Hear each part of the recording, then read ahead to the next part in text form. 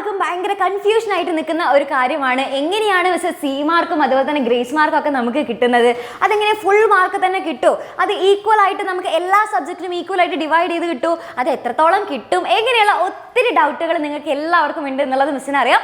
അപ്പോൾ ഇത് എല്ലാ ഡൗട്ടുകളും നമ്മളിത് ഇന്നത്തെ ഈ ഒരു ക്ലാസ്സിൽ നമ്മളിത് തീർക്കാൻ പോവുകയാണ്. അപ്പോൾ അതിൽ ഫസ്റ്റ് തന്നെ നമുക്കറിയാമല്ലോ 2 മാർക്ക് ഉണ്ട് അല്ലെ, സി മാർക്കും ഉണ്ട് അതുപോലെ തന്നെ ഗ്രേസ് മാർക്കും നമുക്ക് കിട്ടും. അപ്പോൾ അതിൽ ഫസ്റ്റ് തന്നെ നമുക്ക് സി മാർക്കിനെ കുറിച്ചിട്ട് നോക്കി നോക്കാം. സി മാർക്ക് എന്ന് വെച്ച് കഴിഞ്ഞാൽ എന്താണ്? സി മാർക്ക് എന്ന് വെച്ച് കഴിഞ്ഞാൽ continuous evaluation mark. Continuous evaluation മാർക്കാണ് സി മാർക്ക് എന്ന് പറഞ്ഞു കഴിഞ്ഞാൽ. ഓക്കെ, അപ്പം അത് നമുക്കറിയാം. നമ്മുടെ 40 മാർക്കിൻ്റെ നമുക്ക് എത്ര സബ്ജക്ട്സ് ഉണ്ട് മക്കളെ? 40 മാർക്കിൻ്റെ നമ്മുടെ സബ്ജക്ട്സുകൾ എന്ന് പറയുന്നത് എത്ര ഉണ്ട്? നമുക്കൊരു 6 സബ്ജക്ട്സ് ഉണ്ട് അല്ലേ 40 മാർക്ക് കിട്ടുന്നത്. അതായത് നമ്മുടെ ഫിസിക്സ്, കെമിസ്ട്രി, ബയോളജി, പിന്നെ അതുപോലെ തന്നെ ഇതാണ് നമ്മുടെ ഹിന്ദി, പിന്നെ അതുപോലെ തന്നെ നമ്മുടെ ഫസ്റ്റ് ലാംഗ്വേജ്, സെക്കൻഡ് ലാംഗ്വേജ്. അപ്പോൾ ഇത്രയും സബ്ജക്ട്സുകൾക്ക് നമുക്ക് എത്ര മാർക്കിലാണ് എക്സാം നടക്കുന്നത്? 40 മാർക്കിലാണ് നമുക്ക് എക്സാം നടക്കുന്നത്. പിന്നെ അതുപോലെ തന്നെ നമുക്ക് പിന്നെ ഏത് മാർക്കിനാണ് നമുക്ക് എക്സാം ഉള്ളത്? 80 മാർക്കിൻ്റെ നമുക്ക് എക്സാംസ് ഉണ്ട് അല്ലേ.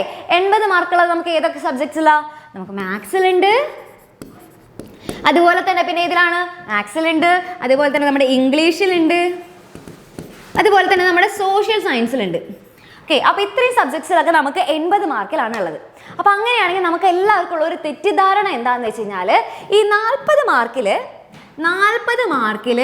36 മാർക്ക് കിട്ടിക്കഴിഞ്ഞാൽ A+ ആയി എന്നുള്ളതാണ് നമ്മുടെ ഒരു ധാരണ അല്ലേ.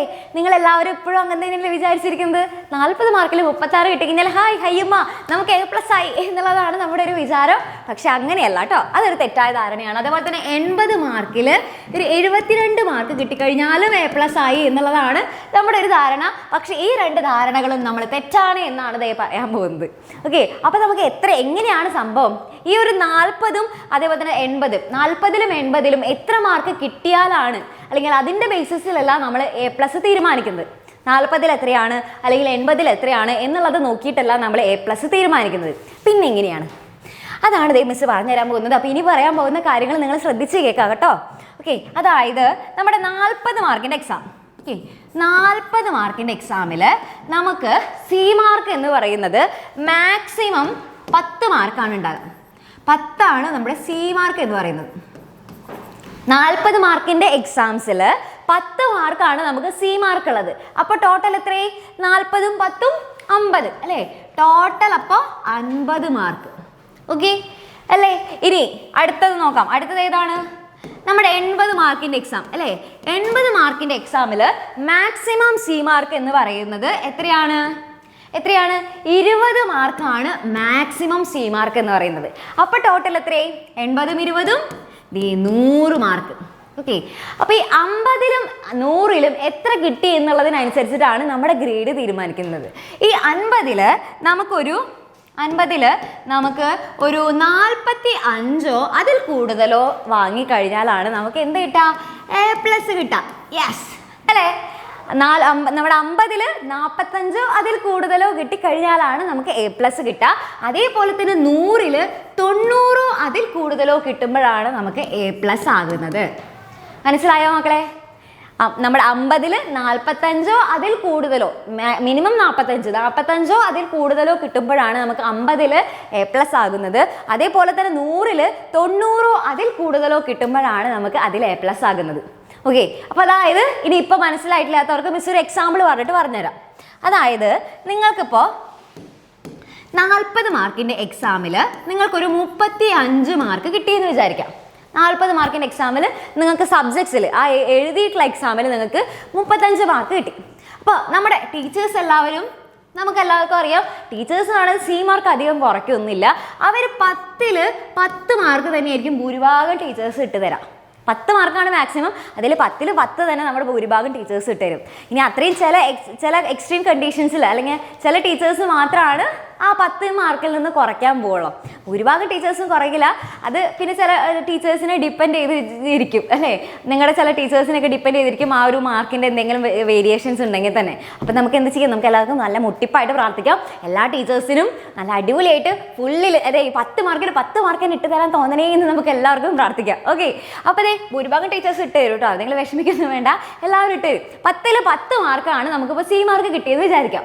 അപ്പോൾ ദേ നമുക്ക് 40ൽ 35 മാർക്കാണ് നമുക്ക് എന്ത് കിട്ടിയിട്ടുള്ളത്, നമ്മുടെ സബ്ജക്ട്സിൽ മാർക്ക് കിട്ടിയിട്ടുള്ളത്. അപ്പോൾ ദേ ടോട്ടൽ നിങ്ങളൊന്ന് നോക്കി, ടോട്ടൽ എത്രേ, ദേ 35ഉം 10ഉം അല്ലേ. അപ്പോൾ ദേ നോക്കിക്കഴിഞ്ഞാൽ 50ൽ നമുക്ക് ദേ 45 മാർക്ക് കിട്ടി അല്ലേ. സൂപ്പർ, നമുക്ക് എന്താണ്, നമുക്ക് ദേ A+ കിട്ടി. ഓക്കെ, അപ്പോൾ ദേ 35 മാർക്ക് ഉള്ളതെന്നുണ്ടെങ്കിൽ കൂടിയും അതിൽ ദേ 10ഉം കൂടെ ചേർന്നപ്പോൾ എന്തായി, ദേ നമുക്ക് 45 മാർക്ക് കിട്ടി. ഓക്കെ, ഇനി വേറൊരു കണ്ടീഷൻ നോക്കുകയാണ്, നമുക്ക് 10 മാർക്കിൽ ടീച്ചർ ഇട്ടെന്നില്ല. ഓക്കെ, 10 മാർക്ക് ഫുള്ളിന് ഇട്ടെന്നില്ല, ടീച്ചർ ഇപ്പോൾ ഒരു 8 മാർക്കാണ് നമ്മുടെ ഗതികേടിന് ഇട്ടത് തന്നിട്ടുള്ളൂ എന്ന് വിചാരിക്കാം. അപ്പം അങ്ങനെയാണെന്നുണ്ടെങ്കിൽ ദേ നമുക്ക് ഇനി ഇതിൽ 40ൽ നേരത്തെ പോലെ 35 മാർക്ക് കിട്ടിക്കഴിഞ്ഞാൽ നമുക്ക് A+ ആകുമോ മക്കളെ? ഇല്ല, അതിൽ നിന്ന് കുറയും അല്ലേ. അതായത് നമുക്ക് A ഗ്രേഡേ ഉണ്ടാകുള്ളൂ. അപ്പോൾ അത് കാരണം നമുക്ക് എന്ത് വേണം, നമുക്ക് A+ ഉണ്ടാവണം എന്നുണ്ടെങ്കിൽ ദേ ഇവിടെ 8 മാർക്കുള്ളൂ അല്ലേ. അപ്പം നമുക്ക് ദേ ഒരു 37 മാർക്ക് ഉണ്ടെങ്കിലാണ് നമുക്ക് എന്ത് കിട്ടുക, ദേ 50ൽ മിനിമം ഒരു 45എങ്കിലും കിട്ടാം. ഓക്കെ, അപ്പം അങ്ങനെ ആകുമ്പോഴാണ് നമുക്ക് വീണ്ടും A+ കിട്ടും. ക്ലിയർ ആയല്ലോ? അപ്പം അങ്ങനെയാണ് നമ്മുടെ സി മാർക്കിൻ്റെ അവസ്ഥ 40 മാർക്കിൻ്റെ എക്സാമിൽ. ഇനി അടുത്ത നമുക്ക് 80 മാർക്കിൻ്റെ നോക്കി നോക്കാം. 80 മാർക്കിൻ്റെ എക്സാമിൽ നിങ്ങൾക്കിപ്പോൾ ഒരു 70 മാർക്ക് കിട്ടിയെന്ന് വിചാരിക്കാം. 70 മാർക്ക് കിട്ടി. ഓക്കെ, 70 മാർക്ക് കിട്ടി. അപ്പം നമ്മുടെ ടീച്ചർ നമുക്ക് 20ൽ എത്ര കിട്ടി, 20ൽ 20 തന്നെ ഇട്ട് തന്നു എന്ന് വിചാരിക്കാം. അപ്പം എത്രയായി മക്കളെ, എത്രയായി, ദേ നമ്മുടെ 100ൽ നമുക്ക് എത്ര കിട്ടി, ദേ 70ഉം 20ഉം ടോട്ടൽ എത്രയായി, 90 മാർക്ക് കിട്ടി. അപ്പം നമുക്ക് ദേ A+ ആയി. ഓക്കെ, അപ്പം ഇങ്ങനെയാണ് നമുക്ക് എന്ത് കിട്ടുന്നത്. അപ്പം മിനിമം നിങ്ങൾക്ക് എന്ത് വേണം, മിനിമം നിങ്ങൾക്ക് ഒരു 70 മാർക്കെങ്കിലും നിങ്ങൾക്ക് എക്സാമിന് നിങ്ങൾ സ്കോർ ചെയ്യാനായിട്ട് നോക്കണം. ഓക്കെ, മിനിമം എല്ലാവരും 70 മാർക്കെങ്കിലും എക്സാമിന് സ്കോർ ചെയ്യാനായിട്ട് നോക്കണം. അപ്പോൾ ഇതാണ് നമ്മുടെ സി മാർക്ക് എന്ന് പറയുന്നത്. അപ്പോൾ സി മാർക്ക് എല്ലാവർക്കും കിട്ടുന്നതാണ്. അപ്പോൾ അതാരും നിങ്ങൾ ടെൻഷൻ അടിക്കേണ്ട. ഓക്കെ, എല്ലാവർക്കും ടീച്ചേഴ്സ് അത്യാവശ്യം ഫുൾ മാർക്ക് തന്നെ നിങ്ങൾക്ക് ഇട്ട് തരും. ഓക്കെ, അപ്പോൾ അതിൻ്റെ കാര്യത്തിൽ നിങ്ങൾ ആരും ഒരു കൺഫ്യൂഷനൊന്നും വേണ്ട. നമുക്കപ്പോൾ 40ലും 80ലും എത്ര കിട്ടി എന്നുള്ളത് നോക്കിയിട്ടല്ല നമ്മൾ തീരുമാനിക്കുന്നത്. ഈ ഒരു 100ൽ നമ്മുടെ സി മാർക്കും കൂടെ ചേർത്തിട്ട് 100ൽ 90 മാർക്കോ അതിൽ കൂടുതലാണെങ്കിലാണ് നമുക്ക് A+ ഉണ്ടാകുക. അതേപോലെ തന്നെ നമ്മുടെ ഇത് കഴിഞ്ഞിട്ട് നമ്മുടെ എത്രയാണ്, നമ്മുടെ 50ൽ 45 അതിൽ കൂടുതലും ഉണ്ടാകുമ്പോഴാണ് നമുക്ക് A+ ഉണ്ടാകുക. അപ്പോൾ സി മാർക്കിൻ്റെ കാര്യം എല്ലാവർക്കും ക്ലിയർ ആയല്ലോ. ഇനി അടുത്തതാണ് ഗ്രേസ് മാർക്ക്. ഗ്രേസ് മാർക്ക് എന്ന് വെച്ച് കഴിഞ്ഞാൽ നമ്മുടെ സി മാർക്കിനെ പോലെയല്ല, സി മാർക്ക് എല്ലാവർക്കും കിട്ടുന്നതാണ് അല്ലേ. പക്ഷെ ഗ്രേസ് മാർക്ക് എന്ന് പറയുന്നത് അത് അർഹതപ്പെട്ട കുട്ടികൾക്കാണ് കിട്ടുക അല്ലേ. നിങ്ങൾക്ക് അറിയാലോ, നമ്മുടെ NCC, അതുപോലെ തന്നെ സ്കൗട്ട് ആൻഡ് ഗൈഡ്സ്, SPC, പിന്നെ അതുപോലെ തന്നെ കലോത്സവത്തിൽ സ്റ്റേറ്റ് ലെവലിൽ പങ്കെടുത്തിട്ടുള്ളവർ, അല്ലെങ്കിൽ നമ്മുടെ സ്പോർട്സിലൊക്കെ പങ്കെടുത്തിട്ട് A ഗ്രേഡ് കിട്ടിയവർക്കൊക്കെയാണ് നമുക്ക് എന്ത് കിട്ടുക, ഈ ഒരു നമ്മുടെ ഗ്രേസ് മാർക്ക് നമുക്ക് കിട്ടുക. അപ്പോൾ ഈ ഗ്രേസ് മാർക്ക് എല്ലാവർക്കും ഈക്വൽ ആയിട്ട് കിട്ടുമോ എന്നുള്ളതാണ്, അതായത് എല്ലാ സബ്ജക്ട്സിനും ഈക്വലായിട്ട് ഡിവൈഡ് ചെയ്ത് കൊടുക്കുകയാണോ എന്നുള്ളതാണ് നമ്മുടെ പ്രധാനപ്പെട്ട ഒരു ഡൗട്ട്. അപ്പോൾ അതെങ്ങനെയാണ് എന്നുള്ളത് മിസ് പറഞ്ഞുതരാം. ഒരു കുട്ടിക്ക് തൊട്ടടുത്ത ലെവലിലേക്ക് അല്ലെങ്കിൽ തൊട്ടടുത്ത ആ ഒരു ഗ്രേഡിലേക്ക് ഉയരാനായിട്ട് മിനിമം ഏറ്റവും കുറഞ്ഞ മാർക്ക് ഏത് സബ്ജക്ട്സിലാണോ ഉള്ളത് അതിനാണ് ഏറ്റവും ആദ്യം പ്രിഫറൻസ് കൊടുത്തിട്ട് ആദ്യം തന്നെ മാർക്ക് കൊടുക്കാം. ഒന്നുകൂടി പറഞ്ഞുതരാം. ഓക്കെ, അതായത് ഒരു കുട്ടിക്ക് തൊട്ടടുത്ത ഉയർന്ന ഗ്രേഡിലേക്ക് ഉയരാനായിട്ട് ഏറ്റവും കുറവ് മാർക്ക് ഏത് സബ്ജക്ട്സിനാണ് വേണ്ടതെന്ന് നോക്കിയിട്ട് ആ സബ്ജക്ട്സിനാണ് ഏറ്റവും ആദ്യം മാർക്ക് കൊടുക്കുക. അതായത് ഫോർ എക്സാമ്പിൾ മനസ്സിലായിട്ടുള്ളവർക്കും ആവാത്തവർക്കും മിസ് ഒന്നും കൂടെ പറഞ്ഞുതരാം.